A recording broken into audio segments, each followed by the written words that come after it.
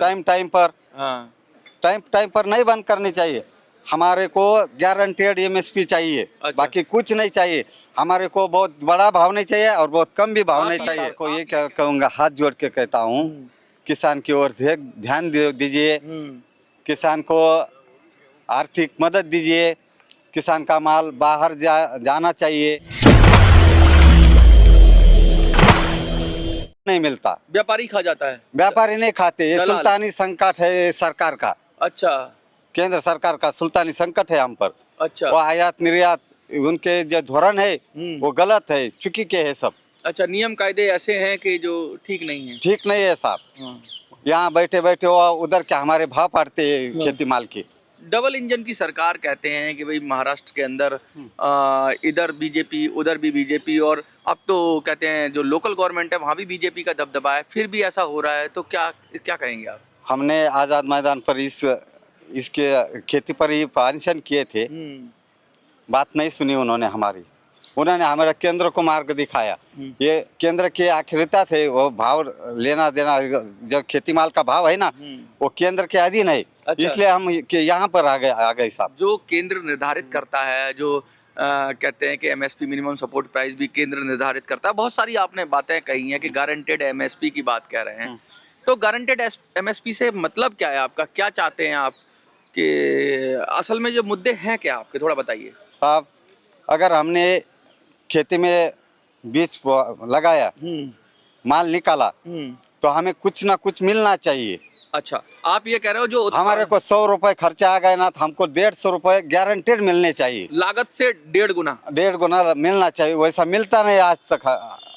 अभी नहीं मिलता हमको। अच्छा, ये जो लागत से 1.5 गुना की जब आप बात करते हैं, तो बहुत सारी ऐसी आपदाएं आ जाती हैं, कभी कभी महामारी भी फैल जाती है या फसल भी खराब हो जाती है, उसमें भी हो जाता है आपका, तो इंश्योरेंस तो होता ही है। नहीं मिलता साहब इंश्योरेंस। अच्छा, नहीं मिलता। नहीं मिलता।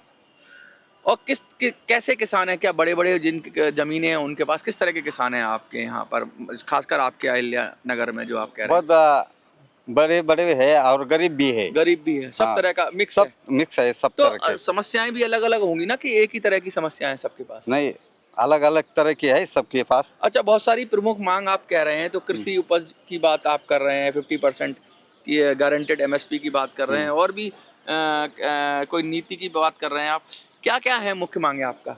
आयात निर्यात धोरण इनका अच्छा होना चाहिए, हमारे हित का होना चाहिए। अच्छा। किसान के हित का होना चाहिए। अभी जो ट्रम्प के साथ डील हो रही है, जिसमें ऐसा कहा जा रहा है कि वहाँ का अब हम स्पर्धा कैसे करें उनसे? अच्छा, उनके पास औजार है, उनके पास बड़े-बड़े खेत टेक्निक है। सरकार उनके पीछे खड़ी रहती है। सरकार उन्हें, अगर उनका माल आ जाएगा तो आपका तो खत्म। हम बुरे तरह से मर जाएंगे साहब।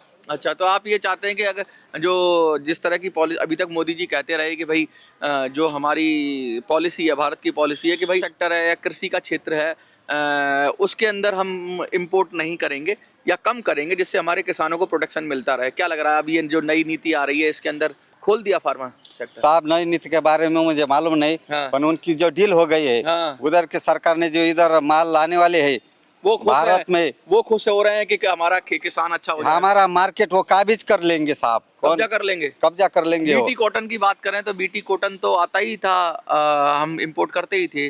अब गेहूं की और सारे जो कहते हैं जेनेटिक मॉडिफाइड जो सीड्स की बात हो रही है, तो वो भी, उसका भी विरोध हुआ काफी, तो उस पर क्या साहब? जैसा अमेरिका के सरकार ने उनको मार्केट दिया, हाँ। भारत का, हाँ।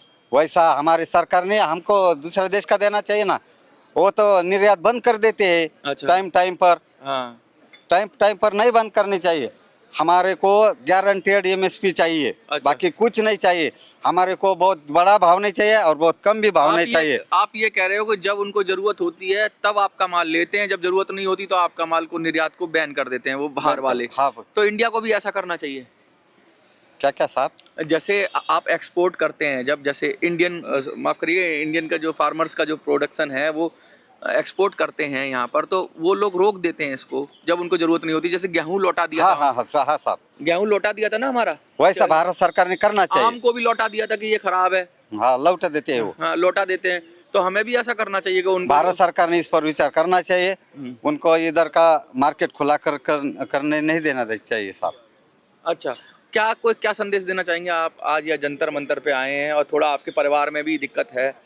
मैं केंद्र सरकार को ये क्या कहूँगा, हाथ जोड़ के कहता हूँ, किसान की ओर ध्यान दीजिए, किसान को आर्थिक मदद दीजिए, किसान का माल बाहर जाना चाहिए, किसान का माल को भाव मिलना चाहिए। जय जवान जय किसान का जो नारा है उसके साथ साथ अब जय विज्ञान भी जोड़ा जा रहा है और सबका साथ सबका विकास की बात हो रही है। तो किसान कहीं आखिरी पायदान पर ना छूट जाए, किसान कहीं पीछे ना छूट जाए, ये बहुत बड़ी बात है। बाहर विदेशों से समझौते हो रहे हैं, टैरिफ घटाया बढ़ाया जा रहा है या टैरिफ को कम किया जा रहा है और अपने मार्केट को खोला जा रहा है। भारत के मार्केट को भी खोला जा रहा है, अमेरिका भी अपने मार्केट को खोल रहा है, यूरोप भी अपने मार्केट को खोल रहा है, लेकिन हमारे किसानों के उत्पाद को विदेशों के लिए एक्सपोर्ट होना चाहिए, ना कि हमारे किसानों को वहाँ के उत्पाद की वजह से उनका नुकसान हो जाए। क्योंकि अगर हमने अपना फार्मर्स को नहीं बचाया हमने, अगर हमने अपना ये एग्रो सेक्टर या बोलते हैं एग्रीकल्चर वाला सेक्टर नहीं बचाया तो हम मुश्किल में पड़ जाएंगे, क्योंकि यही हमारी खाने पीने की ज़रूरतों को पूरा करता है और हम इस पर किसी दूसरे देश पर डिपेंड नहीं रह सकते। क्योंकि हमने सुना था कभी लाल बहादुर शास्त्री के टाइम में कि अमेरिका ने जो गेहूं होता है ना, जिसको जानवर भी नहीं खाते, वो भी देने से मना कर दिया था। और कहीं ऐसा ना हो कि भारत फिर से वही हाल हो जाए और हम दूसरे पे डिपेंड हो जाएं। तो अपनी डिपेंडेंसी बनी रहनी चाहिए अपने खाने पीने की चीज़ें अपने किसानों पर, क्योंकि उसी में हम सबकी भलाई है। आपको क्या लगता है कमेंट में लिखिए। देखते रहिए दबंग दिल्ली। धन्यवाद।